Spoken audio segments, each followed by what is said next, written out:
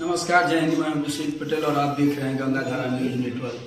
मैं अभी मौजूद हूँ अखलासपुर पंचायत भवन में और हमारे साथ सिगठी और अखलासपुर पंचायत के कर्मचारी हैं, राजस्व कर्मचारी। आइए हम इनसे बातचीत करते हैं और जानते हैं कि भूमि विवाद को लेकर के अक्सर बिहार में जो है कि क्राइम रेट ज्यादा रहता है। क्राइम रेट को कम करने के लिए शराबबंदी किया गया, लेकिन फिर भी क्राइम रेट कम नहीं हो रहा है। और जो क्राइम रेट में एक बहुत बड़ा जो हिस्सा है वो कहीं ना कहीं भूमि विवाद की वजह से होता है। भूमि विवाद की वजह से हर साल हत्याएं होती हैं और ये भूमि विवाद जो है वो हत्या का कारण बना हुआ है। बिहार में जो है अक्सर हत्याएं भूमि विवाद के चलते होती हैं।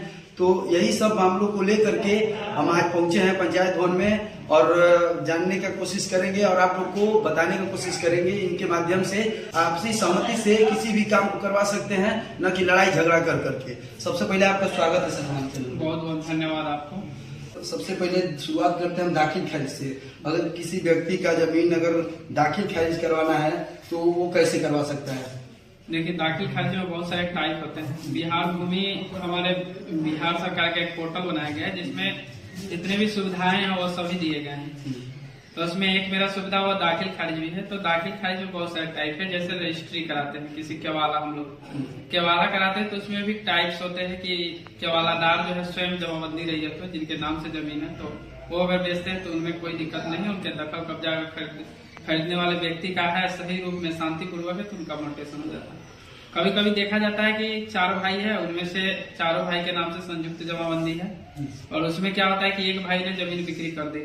तो क्या होता है कि उसमें 3 भाई का सहमति लिया जाता है कि आप सहमति दीजिए कि आपके एक भाई द्वारा जो जमीन बेचा गया वह सही है या गलत। क्या सहमति अगर सभी लोग देते हैं तो वह दाखिल खारिज हो सकता है। तीसरा होता है कि वो जमाबंदी उनके पिता के नाम से हो, पिता मृत हो गए हैं तो उनके बेटे द्वारा जमीन बेचा जाता है। अगर एक पुत्र हो तो कोई बात नहीं, अगर अन्य पुत्र हो तो अन्य पुत्रों द्वारा सहमति लिया जाता है। उसी प्रकार अगर दादा परदादा के नाम से भी जमीन हो, अगर जमाबंदी में संयुक्त हो या उनके अन्य वंशज हो तो उन लोगों से सहमति लेकर ही दाखिल खारिज किया जाता है।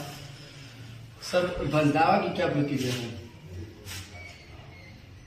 इसके बाद बस दावा देते हैं लोग एक दूसरे को, जो बोलते हैं कि इसमें बदलायन, उसको भी बदलायन की जमीन बदलायन। हाँ।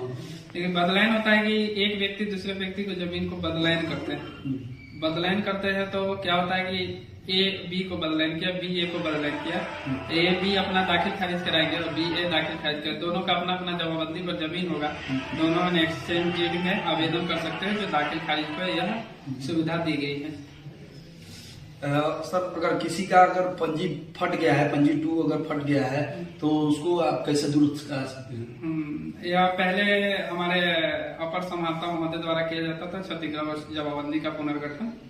अभी जो है वह अगर किसी पंजी का क्षति तो हमारे सीओ सर के पावर दे दिया गया है। तो सीओ सर स्थलीय जांच भूमि मापी कराकर उस जमाबंदी पंजी को पुनर्गठन करा सकते हैं, जिसमें राजस्व रसीद, खतियान या केवाला की भी जरूरत पड़ती है। सर, जानकारी के लिए तो मान लीजिए भूमि जानकारी है, उसके बारे में उतना हमको जानकारी नहीं है, लेकिन आप अपनी तरफ से क्या जानकारी लोगों को, मतलब क्या संदेश? क्षतिग्रस्त जमाबंदी, अगर किसी का जमाबंदी हो सकता है तो 2 टाइप से होता है। या तो वह खतियानी जमाबंदी हो सकती है, खतियान के द्वारा बना होगा, या कोई जमीन खरीदे होंगे उनके द्वारा बना होगा। खतियान के अनुसार अगर किसी की जमाबंदी कायम हो गई तो उनमें खतियान और उनका जमाबंदी मतलब जमाबंदी का रसीद करता हो, तो वह रसीद और खतियान उसको लेकर अगर जमीन की स्थलीय जांच नापी रिपोर्ट लगाकर उसको अप्लाई, अगर व्यक्ति के दखल कब्जा में शांतिपूर्वक हो तो जमाबंदी न्यू ढंग से पुनर्गठन किया जा सकता है। पहले ये हो गया।